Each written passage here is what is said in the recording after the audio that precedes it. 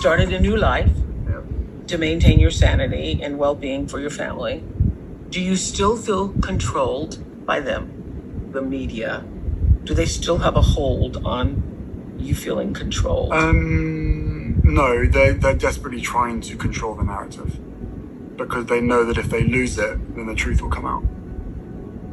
Making this move was really scary. Like at every possible opportunity, the forces that were working against us tried to make it impossible. Did I expect to find ourselves in this situation so quickly? No. I think we've done a really good job. And I have no regrets. It's incredibly sad, but I have no regrets at all because now I'm in a place where I feel as though I should have been 4 years ago. Hello. Hi. How are you? I'm now more comfortable in my own skin. I don't get panic attacks. I've learned more about myself in the last 4 years than I have in the 32 years before that. I have my wife to thank for that. Well, anyway, now what do you want to do?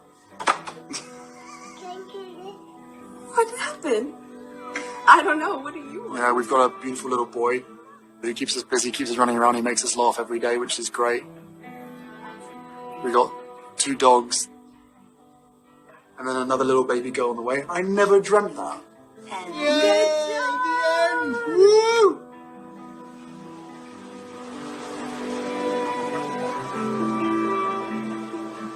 Yeah, I have no doubt that my mum would be incredibly proud of me. I'm living the life that she wanted to live for herself, living the life that she wanted us to be able to live. So, not only do I know that she's incredibly proud of me, but that she's helped me get here. And I've never felt her presence more as I have done over the last year.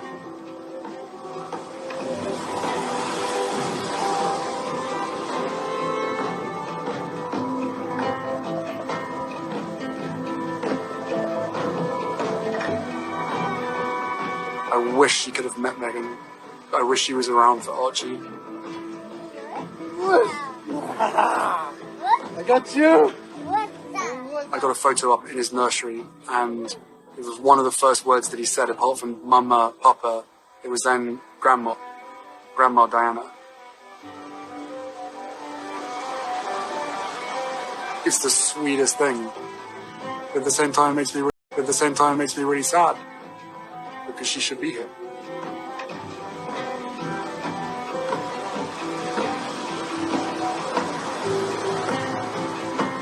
Now I'm on my way to having healed that part of my life, those younger years, and having a clarity of perspective that I never ever thought that I would get.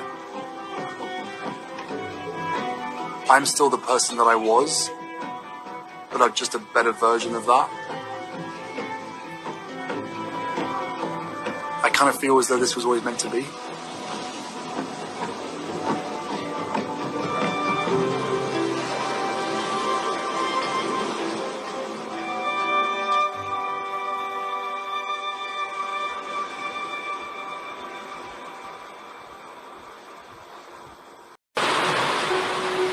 One of the biggest lessons that I've ever learned in life is you've sometimes got to go back and to deal with really uncomfortable situations and to be able to process it in order to be able to heal.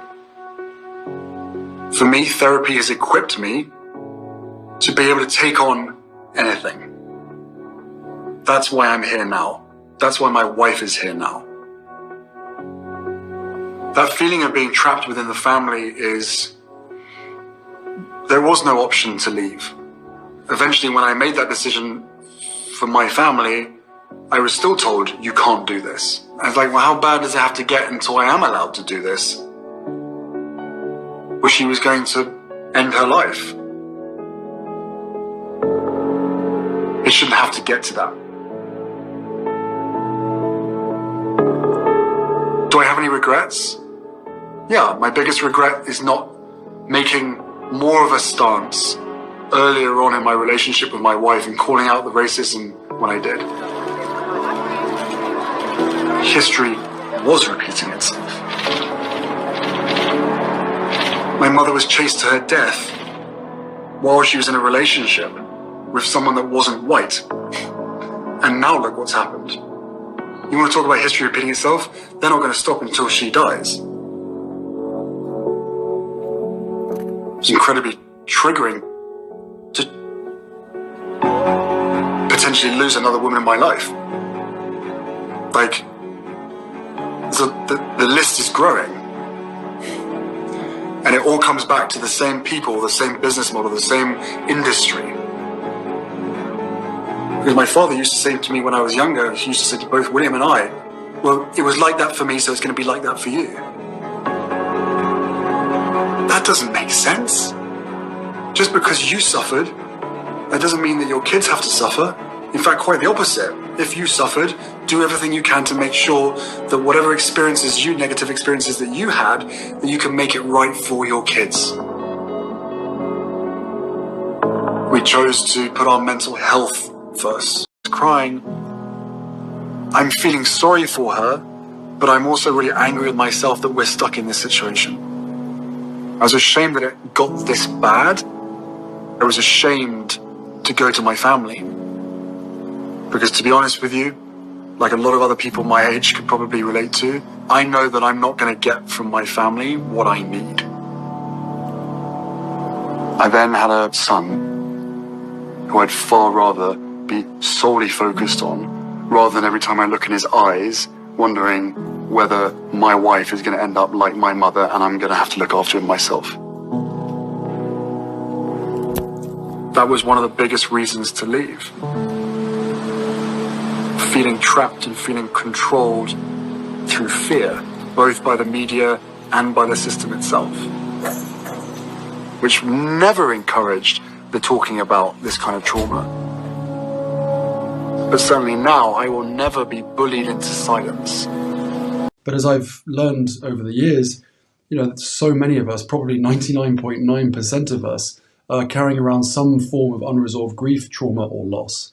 And that manifests itself unless we are able to do the very human thing, which is processing grief, processing trauma, and processing loss. And part of that is through conversation with friends, with strangers, with therapists, going for a walk, whatever it is. There are so many things that are good for us, and there are things that are bad for us.